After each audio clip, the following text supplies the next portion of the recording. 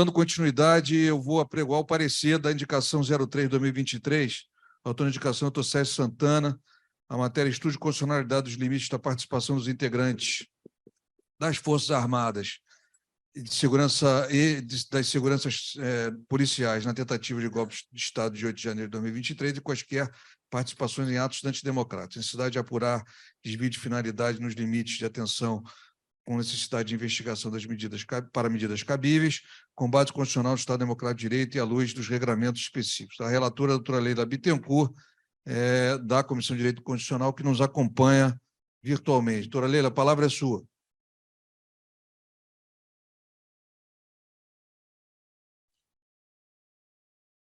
Boa noite a todas as pessoas que nos acompanham, nossos colegas, os internautas.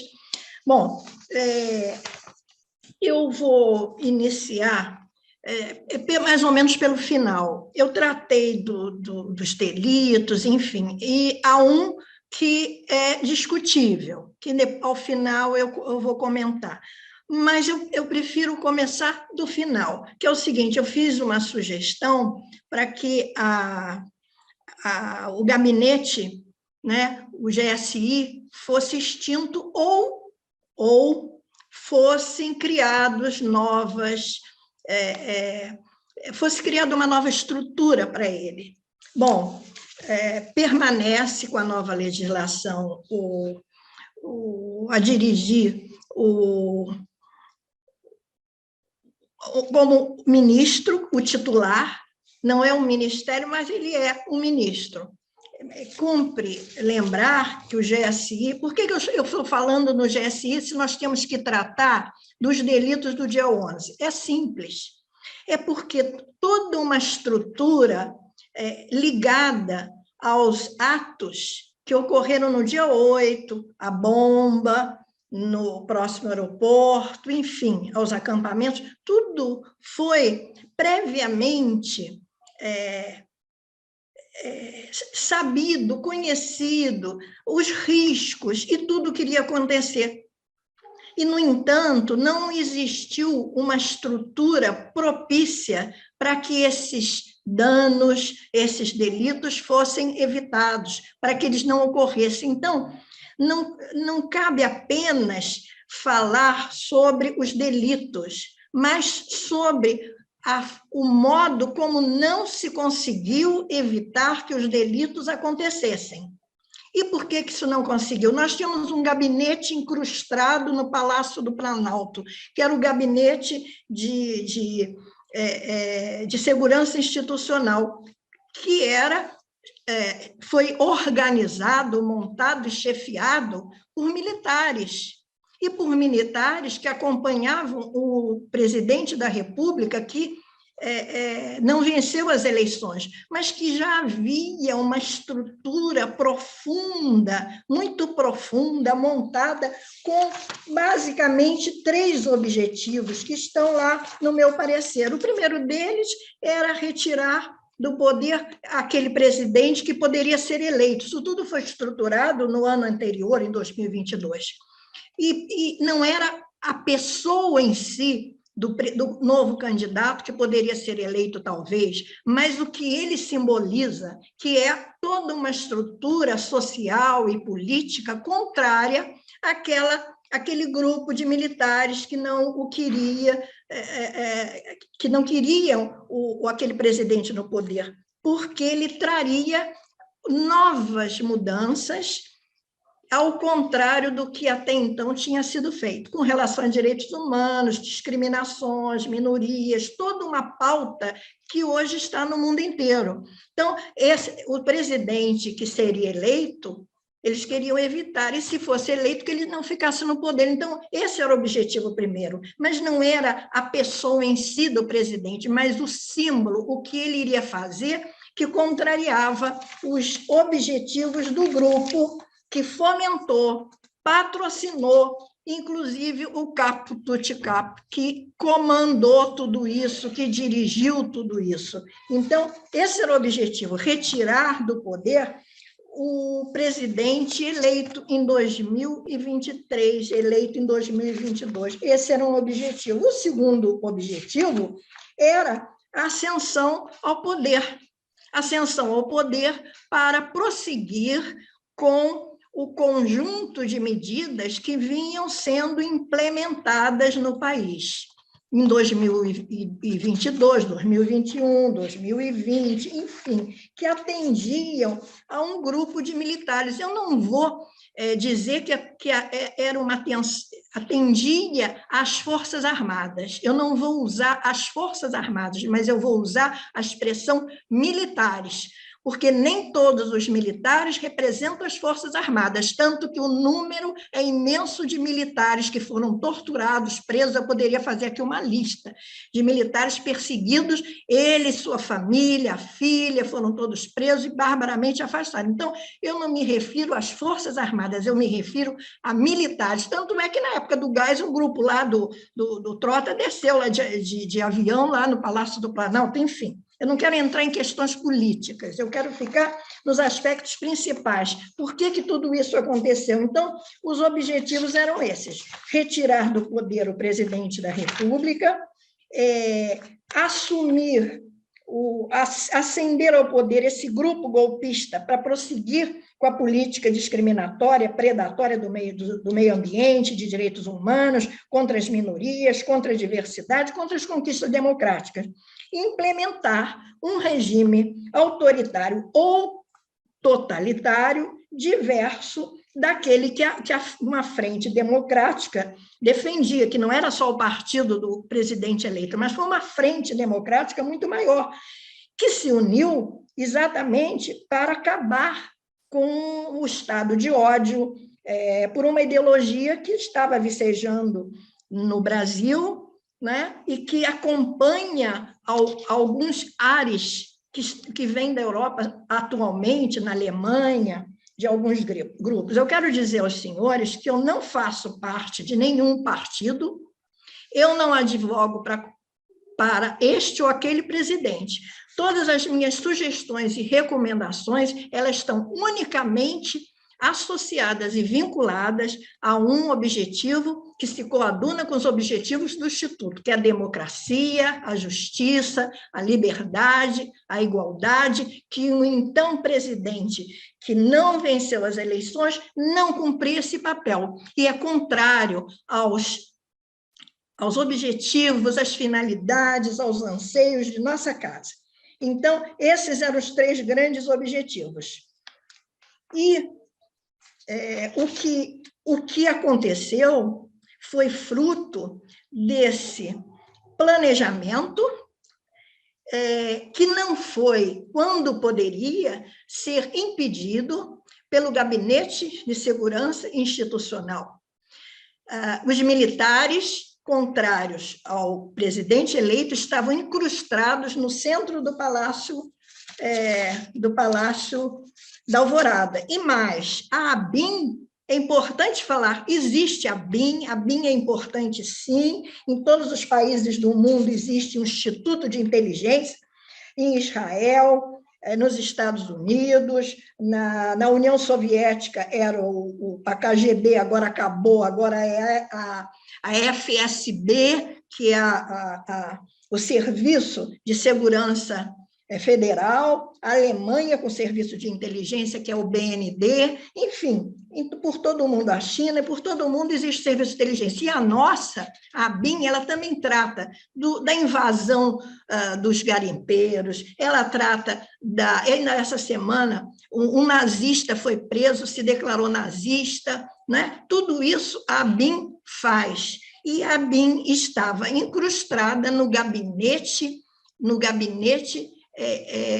de segurança institucional. Portanto, não era possível que se fizesse com que os atos não ocorressem se todo o serviço de informação ele estava nas mãos desses militares. Bom, quando o presidente da República ingressou, assumiu o poder, o que ele fez foi retirar aos poucos esses militares, inclusive passando, como agora está a ABIN, para ele vetou, inclusive a nova lei ministerial, é importante que se diga isso, transferindo para o gabinete da Casa Civil, acabando. E mais, se ele não tivesse feito isso, eu não sei se ele estaria vivo hoje. Eu não sei se ele estaria vivo hoje. Por quê? Porque a segurança do presidente, a segurança pessoal do presidente, do vice-presidente e de suas famílias estava entregue nas mãos desses militares, os mesmos militares que possibilitaram, abriram portas e possibilitaram que tudo ocorresse. Né?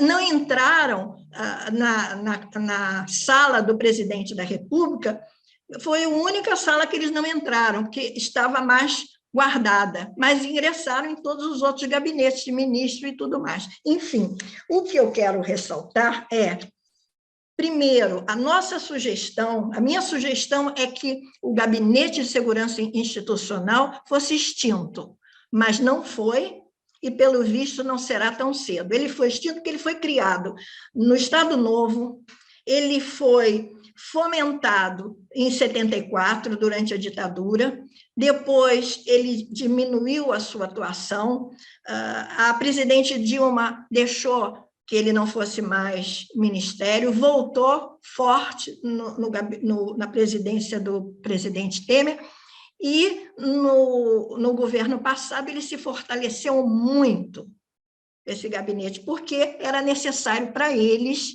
uma força, né, dentro da área militar para que pudesse acontecer tudo o que aconteceu. Eu não analiso e não posso analisar pessoas nem práticas, porque isso só cabe aos investigadores. Mas o que eu posso dizer é, no parecer que os senhores leram, estão todos os crimes. O único crime que é controverso é o de terrorismo. O ministro Alexandre de Moraes, ele usa a expressão, mas a PGR não usa, não considera, porque a nova lei não tipifica expressamente. Eu considero que na nova lei penal não é taxativa. E outra coisa, o Brasil está filiado, ele está preso às declarações internacionais, aos tratados, às convenções, a tudo que o Brasil assinou e que trata e criminaliza o crime, o que criminaliza o terrorismo. Ora, se nós temos um vínculo no campo internacional, por que é que nós não teríamos no campo interno? Existe um informativo do Supremo Tribunal, eu acho que eu tenho aqui esse informativo, que diz que não se poderia, deixa me ver aqui, não se poderia deixar de... é o informativo 772 da segunda turma do Supremo, no julgamento, que diz: tornar-se importante assinalar, no entanto, no que se refere aos compromissos assumidos pelo Brasil, que os novos parâmetros consagrados pela Constituição determinariam uma pauta de valores a serem protegidas na esfera doméstica. Quer dizer, isso não é só no âmbito internacional, mediante qualificação da prática de terrorismo como delito inafiançável e suscetível da clemência soberana do Estado. Constituição Federal, artigo 5º, XL, 3 pauzinhos. Eu sempre faço confusão com algarismo, né? Então eu prefiro falar assim, igual o Sérgio Mermude, 3x, 3 pauzinhos. Essas diretrizes constitucionais que se evidenciaram a posição explícita do Estado brasileiro de frontal repúdio ao terrorismo, não poderia desautorizar, né, que no âmbito interno não fosse punido o terrorismo, a prática terrorista de terrorismo, assim como o nosso artigo 4º consta o repúdio ao terrorismo. Então, nada obsta que o Supremo, ao decidir, possa estender. Os senhores imaginam se algo muito menor tivesse acontecido pelo partido do atual presidente da República, o que é que esses militares estariam fazendo? Já teriam prendido todo mundo, já teriam dado um golpe, chamando todos de terroristas.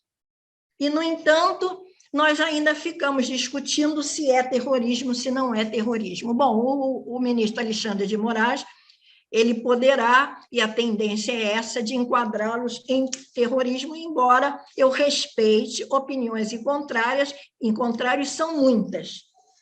E, por fim, bom, a BIM, né, a minha insistência nessa reestruturação do gabinete de segurança institucional e no gabinete e na BIM, sobretudo na segurança do presidente da República, que fique a cargo da Polícia Federal e não dos militares. Hoje, ainda não está suficientemente decidido, hoje, no dia de hoje, 28 de junho, né, está sendo feita uma discussão a esse respeito, a Polícia Federal não está satisfeita, porque não gostaria que essa atividade ficasse a cargo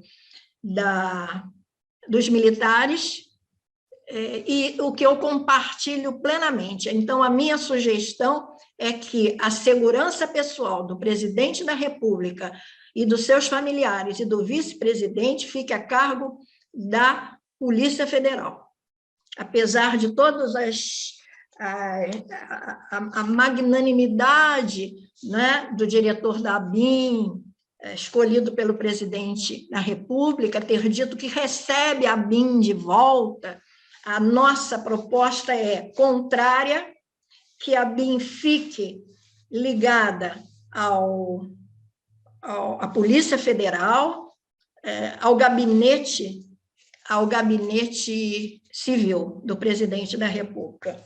Então, isso eu considero uma questão que não é só de segurança do presidente da República. Quando nós guardamos e damos segurança ao presidente da República e à sua família, nós estamos fazendo muito mais do que a segurança pessoal. Nós estamos fazendo a segurança do Estado brasileiro, da população e de nossa nação, para que não ocorram coisas nem de longe parecidas com o que aconteceu no dia 8, com o que acontecia nos acampamentos e com o que aconteceu com a colocação da bomba, de explosivos, etc. e tal, que para nós continua a ser terrorismo. Então, como o meu tempo acabou, eu não vou me deter a falar mais a respeito disso.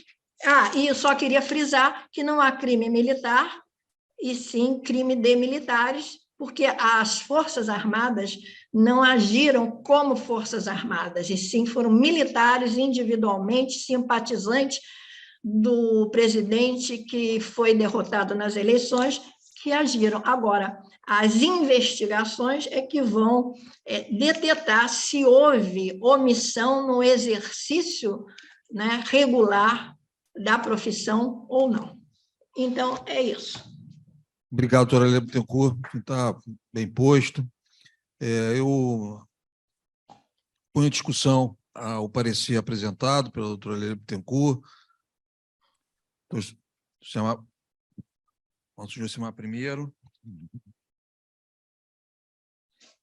Boa noite a todos, senhor presidente, queridas doutoras Edmê e Adriana, membros do plenário virtual e físico.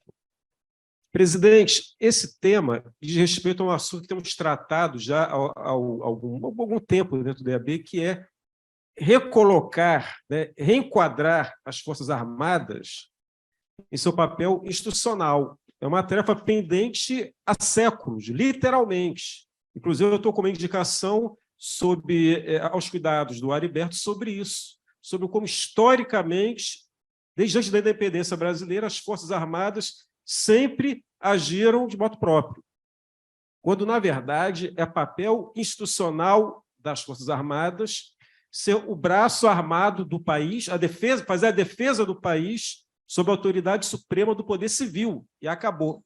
Não compete às Forças Armadas elaborar projeto de nação, projeto para país, não é papel delas. Ainda que se diga que o indivíduo, a atuação do indivíduo, da pessoa física, não contamina a instituição, a força, na verdade, sabemos que há sentires institucionais. assentires de categoria, de classe. Isso é natural. Os advogados, enquanto coletivo, pensamos, temos uma cabeça, a magistratura outra, os médicos outros, e assim por diante. Isso é natural, desde que não extrapole a normalidade institucional. Então, o debate colocado é esse. Eu acho que o Brasil, a nossa república, mostrou uma resiliência incrível com o episódio do 8 de janeiro. Houve uma tentativa de golpe evidente que tem como origem os 4 últimos anos, em que as instituições do Brasil foram rotineiramente golpeadas pelo próprio ocupante do Palácio do Planalto. Isso sabemos todos muito bem. E os chefes dos poderes, o senador Rodrigo Pacheco, o presidente Lula e o ministro Rosa Weber, mostraram uma maturidade institucional incrível, um espírito republicano incrível, porque conseguiram, em uníssono, resistir a essa intentona. Então, eu parabenizo a doutora Leila Bittencourt, nossa primeira vice-presidente de comissão de Direito Constitucional, cujo parecer foi aprovado com brilhantismo no âmbito da comissão. Obrigado, doutor Silmar. Doutor Ilan. Não, doutor Ilan primeiro, estou acompanhando a ordem. Boa noite, serei rápido. Boa noite a todos e todas, todos que estão presentes, todos que estão em casa. Na verdade, eu tenho, mas são dúvidas, né, que eu acho que é o que todos nós aqui temos, e acho que talvez tenha sido enfrentado no parecer, ao qual eu ainda não tive oportunidade de ler. Então, eu peço que seja, se possível, esclarecido. Quando se fala aí de mudança da ABIN, gostaria de saber se foi ventilado aí ou estudado quais são os custos que isso vai trazer, né, para a proteção do presidente da República e de sua família aos cofres brasileiros. Acho que essa é uma ponderação. Se não está no parecer, acho que poderia estar, de forma a demonstrar ali, né, a possibilidade de se fazer essa transição para que isso não encareça ainda mais os cofres públicos. Eu acho que esse é um outro ponto.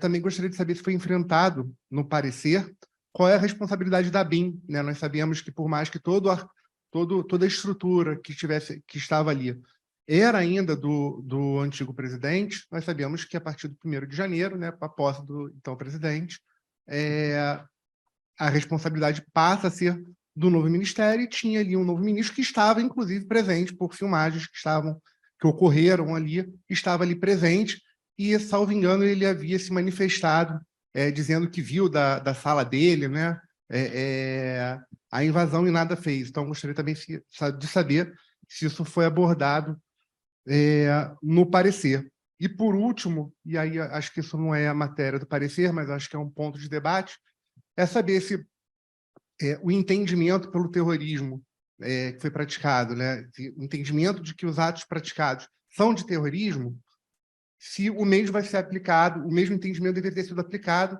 ao que ocorreu aqui em 2013 na Alerj, que causou prejuízo aos cofres públicos aí de mais de R$2 milhões.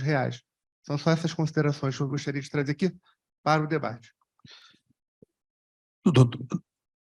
Doutora Leila, depois eu passo a palavra. Primeiro, doutora Heriberto.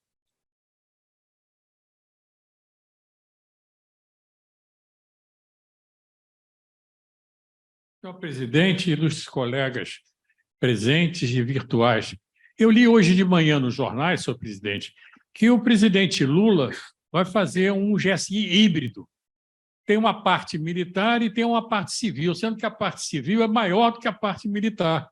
Então, eu faço um apelo à nossa colega paulista, que está virtualmente nos vindo, para consultar efetivamente a verdade do que eu li hoje no jornal cedo, para saber qual é a interferência da parte militar na parte civil, ou só a parte civil é que vai mandar. Porque o gabinete de segurança institucional, como foi bem salientado, ela é para segurança do presidente da República, para a mulher do presidente, para os filhos do presidente, para os netos do presidente, vice-presidente, enfim, para aquelas pessoas mais importantes. A Polícia Federal tem estrutura para isso. O governo que foi derrotado nas eleições, ele, daquela mania... Aliás, eu aqui vou fazer... É aquilo que eu disse na semana passada, que o presidente não estava aí na anterior. O que foi derrotado nas eleições ele recebeu uma pena de expulsão do Exército, que o voto do Ernesto Geisel contra ele é uma primorosa lição de uma pessoa que não pode ser um militar. Por isso ele foi expulso do Exército. Ele é tenente, não é capitão. É como todo militar, que é reformado, ou se ele ganha um posto acima. É o coronel que vira general, correto? É o tenente-coronel que vira coronel, é o major que vira tenente-coronel, por aí afora. Então, ele não é capitão, ele é tenente expulso do Exército. E ele passou 4 anos, eu não consigo entender isso. Realmente, senhor presidente, eu acho que eu cheguei à minha idade, e eu faço votos que todos cheguem à idade que eu cheguei, com a lucidez que eu tenho, com um aspecto físico, eu faço exercício todo dia, mantenho a minha forma física e mais, mantenho a minha forma intelectual. Eu sou um devorador de tudo. Eu aprendi com meu pai uma frase: meu filho, pergunta sempre por quê. Por quê? Por que o Cabral descobriu o Brasil? Poucas pessoas sabem. Pensa que o Cabral saiu lá da praia do Desterro, ao lado da Torre de Belém, que não estava construindo ainda, que a Torre de Belém é de 1904, o Cabral saiu em 1900, e ele descobriu. Por que ele descobriu o Brasil? Porque o Brasil já estava traçado no Tratado de Tordesilhas, 370 léguas a leste das ilhas de Cabo Verde, então não tinha mistério nenhum, o Brasil já era conhecido. O Duarte Pacheco Pereira, no Esmeralda e Cito Orte, já localiza o Brasil em todas as possibilidades. Então, ele se vingou, por ter sido expulso do Exército, ele se vingou dos militares durante 4 anos. É um prazer você olhar ele, que um general 4 estrelas bater continente, um tenente expulso do Exército. É a suprema hierarquia dele. Ele contava que o golpe teria o apoio das Forças Armadas, como nós estamos vendo aí no CID e nesse coronel que envergonha o Exército. É um negócio de louco esse coronel levando. O que ele disse ontem perante a CPI é um negócio assim inacreditável, que um militar chegue aonde ele chegou e diga todas aquelas bobagens e besteiras, para ser gentil, para não usar outras palavras, que ele disse, covardado. Chega à posição que ele chegou e é um covarde, é incapaz de enfrentar a situação. Então, o derrotado nas urnas imaginava que ele, dando benefícios patrimoniais e todas essas penduricários que os milicos receberam durante o tempo, principalmente os do Exército, que ele teria o apoio para o golpe. Não teve.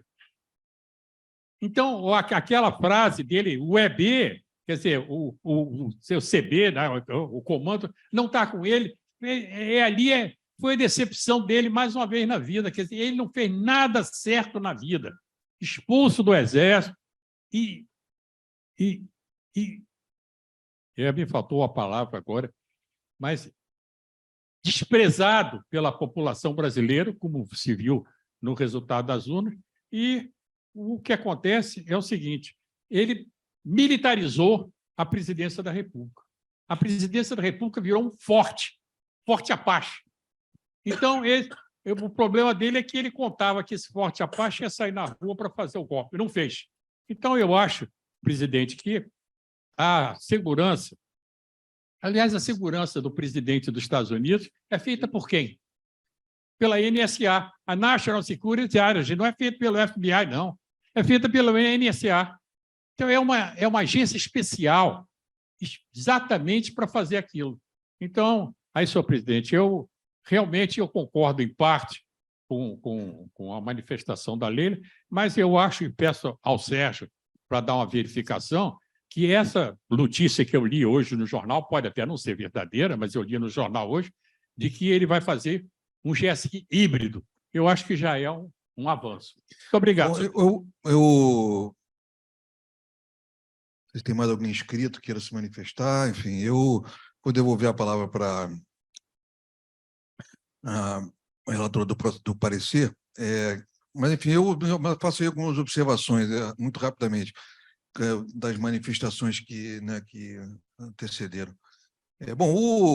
Aqui é uma recomendação por parte do parecer, né, com relação ao papel, né, do GSI, enfim, que não... Então, doutor, não sei se algumas das questões não foram objeto da indicação. Então, tenho dúvidas, enfim, tenho dúvida, não, tenho certeza que algumas dúvidas não estão colocadas, enfim. E aí a questão é o seguinte, é o papel do GSI dentro da estrutura, né, de poder brasileira do atual governo, seja como bem ou do governo anterior, ou de qualquer governo, que efetivamente, né, qual o papel que ele deve ter dentro da composição das proteções, né, das nossas autoridades. Então, eu devolvo a palavra para a doutora Leila e depois passo a palavra para o indicante. Pronto. Eu só utilizei a BIM, o CISBIM, tudo isso, porque eles tiveram um papel decisivo nos atos. Eles não estão dissociados de tudo que aconteceu. Eles não atuaram e eles não foram ouvidos como deveriam ser. E, em contrapartida, não foram ouvidos por militares. Nós tínhamos uma informação de riscos que viriam, mas quem estava na presidência era o general Heleno, então, que estava junto com tudo isso. Então, foi por isso que eu falei. Eu vou responder a todos os dois. Com relação ao meu colega, que acho que foi o que tomou posse hoje, nós não analisamos aqui a estrutura do CISBIM e da BIM, só no que diz respeito aos atos e aos delitos e aos crimes. Então, por isso, eu não tratei da estrutura, dinheiro, recursos, como ele mencionou. Mas o que eu posso dizer para ele é o seguinte, nós temos a CISBIM, é um sistema maior, e que é composto por 48 órgãos que integram esse sistema, que são integrados por ministérios, instituições federais na área como segurança, forças armadas, saúde, transporte, telecomunicações, fazenda e meio ambiente. É um sistema muito interessante que atuam em várias frentes. Quando tratam de indígenas, quando tratam de meio ambiente, tudo isso é uma forma de dirimir até alguns conflitos, ou não, ou piorar, se eles estavam nas mãos daqueles que queriam derrubar o governo. Por isso é importante se cuidar dessa estrutura. Então, prezado colega, que foi o primeiro orador, esse é um sistema que já existe no país. O que nós tratamos aqui, e o que eu tratei no meu parecer, e só isso que eu tenho que tratar, nas mãos dos militares, porque esse CISBIM, ele tem como cabeça a ABIN, né? Então, se essa ABIN ela é dirigida por militares, nós tivemos um problema sério. O presidente tratou de alterar isso e designar um integrante da Polícia Federal.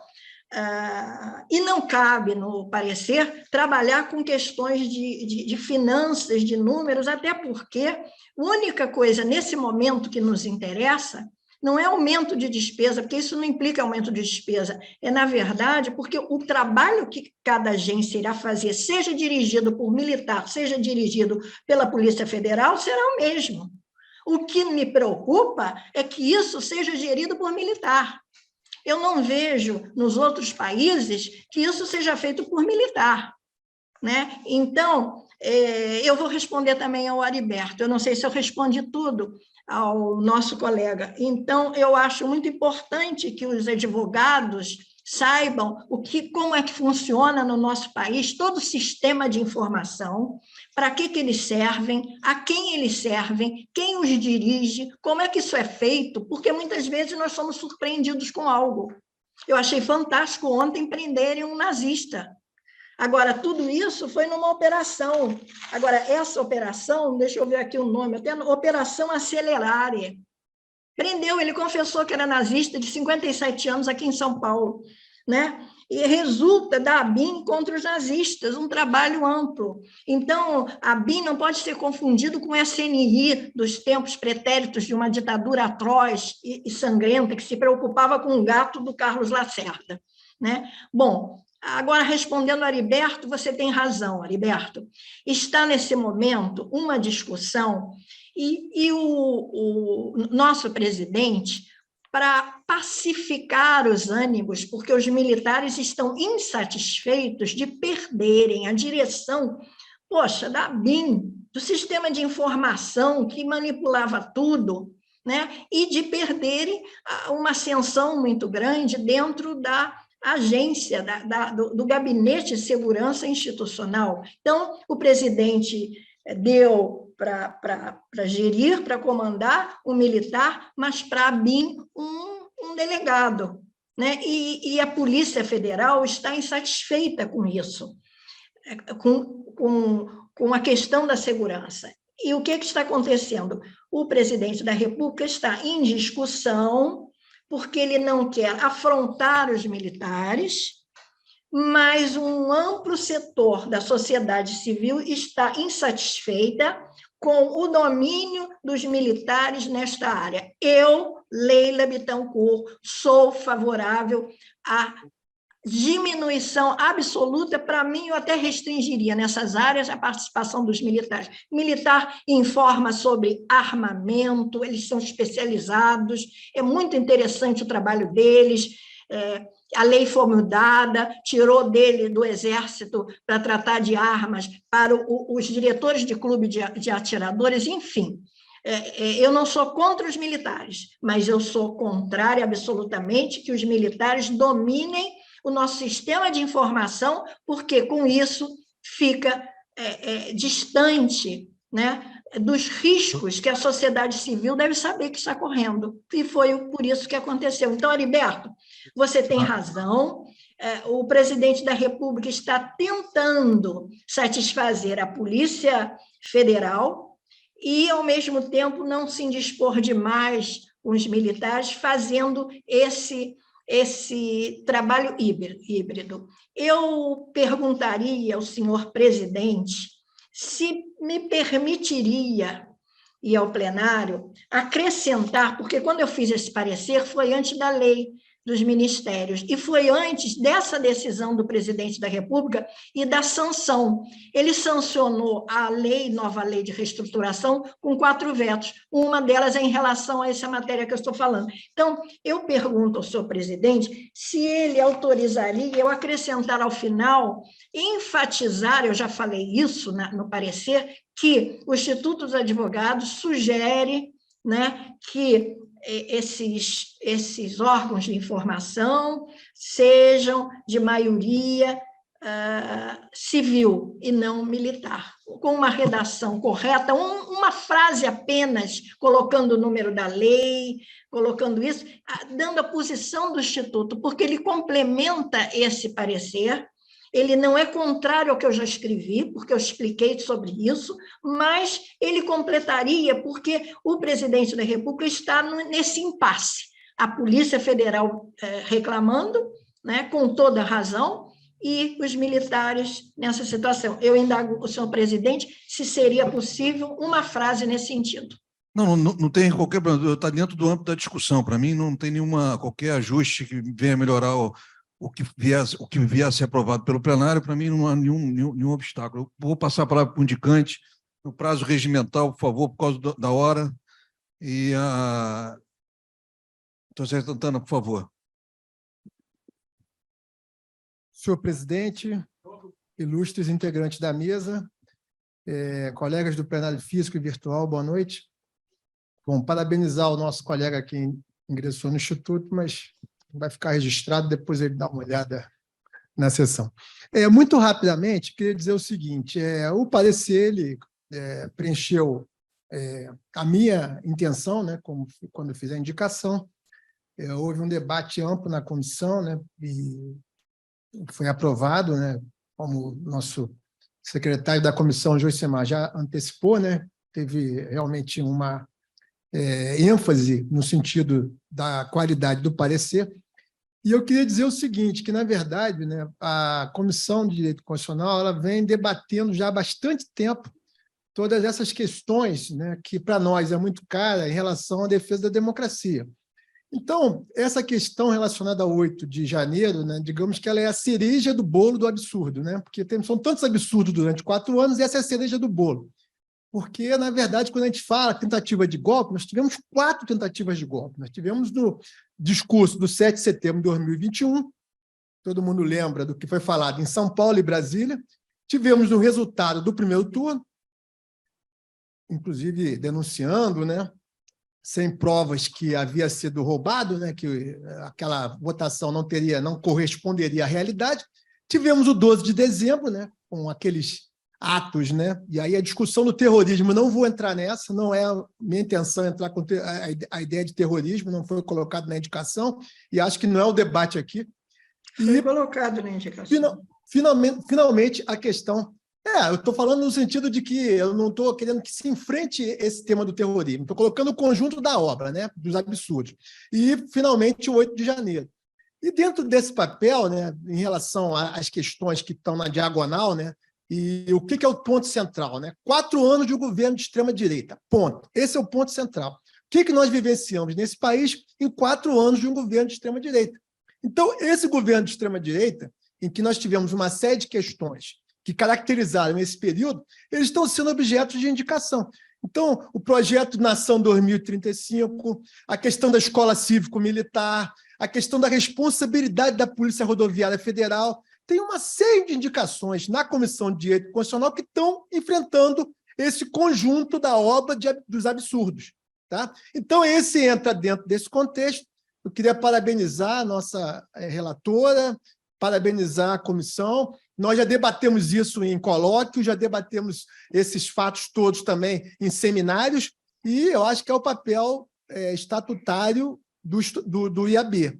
Então, é basicamente isso, né? Acho que o parecer ele cumpre as finalidades e proposições em relação ao aperfeiçoamento da máquina pública. Eu concordo com o nosso presidente. Eu acho que a gente tem aí que... sempre nós estamos fazendo um estudo, né? E os fatos demonstram que, muitas vezes, até tem algumas questões que entram no bojo desse debate. Então, o fato central é que o órgão de segurança ele tem que ter uma base civil mais fortalecida. Muito obrigado. Não, acho que a questão está posta, enfim, ainda não estou vendo ninguém mais queira se manifestar. Eu submeto à votação os ajustes que a doutora Leila fará, enfim, né, da redação do parecer. Então, põe em votação. Sem oposição, aprovado. Vamos ver a votação no plenário. Bom, se não... por que apareceu lá e não apareceu aqui? Porque eu não submeti. Também não tinha, né? Enfim, nem... Tá. Enfim, bom, aprovado por unanimidade. Parabéns, doutora Leila. Enfim, daí andamento aí a questão. Muito obrigado.